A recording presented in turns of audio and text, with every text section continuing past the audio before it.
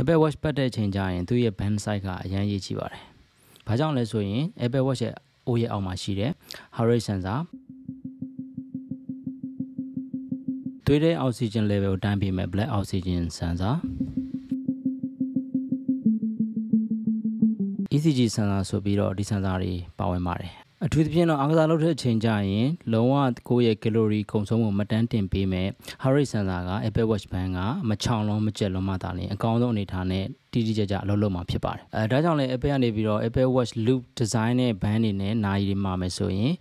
တိုင်းလို့ရမယ် measurement tools လေးကို PDF file အနေနဲ့ထုတ်ပေးထားပါတယ်။ဒီ file ကို print ထုတ်ပြီးတဲ့အချိန်ကျရင်တော့ကိုယ်မှာရှိတဲ့ credit card size နဲ့ကိုထုတ်လိုက်တဲ့ဟာက print scale မှန်မှန်ကိုတိုင်းလို့ရပါတယ်ပထမချိန်ထုတ်တဲ့အချိန်မှာတော့ credit card size ထဲသေးနေပါတယ်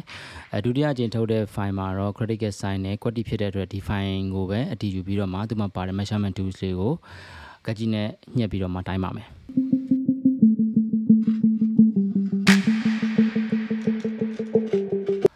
ဒီလိုတိုင်းတဲ့ချိန်ကျရင်ကို Apple Watch ပတ်မဲ့နေရာကိုဒီ measurement tools လေးကိုတင်းကျွတ်စာဆွဲကပ်လိုက်ရမှာဖြစ်ပါတယ်ဒီလိုဆွဲကပ်ပြီးပြီဆိုတာနဲ့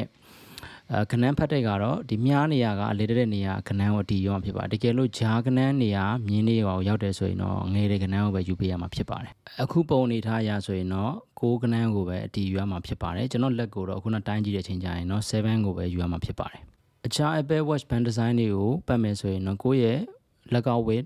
with second frame ကိုပေကျိုးနဲ့တိုင်းပြီးစင်တီမီတာနဲ့မှတ်သားထားပါမယ်။ရလာတဲ့တိုင်းတာပုံမူတည်ပြီးတော့မှ Apple Watch band size ကိုရွေးချယ်ရမှာဖြစ်ပါတယ်။ဒီနေရာမှာမိရွေးချယ်တဲ့ Apple Watch ရဲ့ size လိုက် band size တွေကွာပါတယ်။ 41mm ရွေးမယ်ဆိုရင်တော့ small medium က13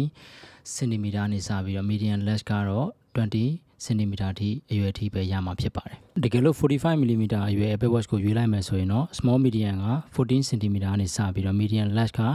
21 cm ထိကိုရမှာဖြစ်ပါတယ်။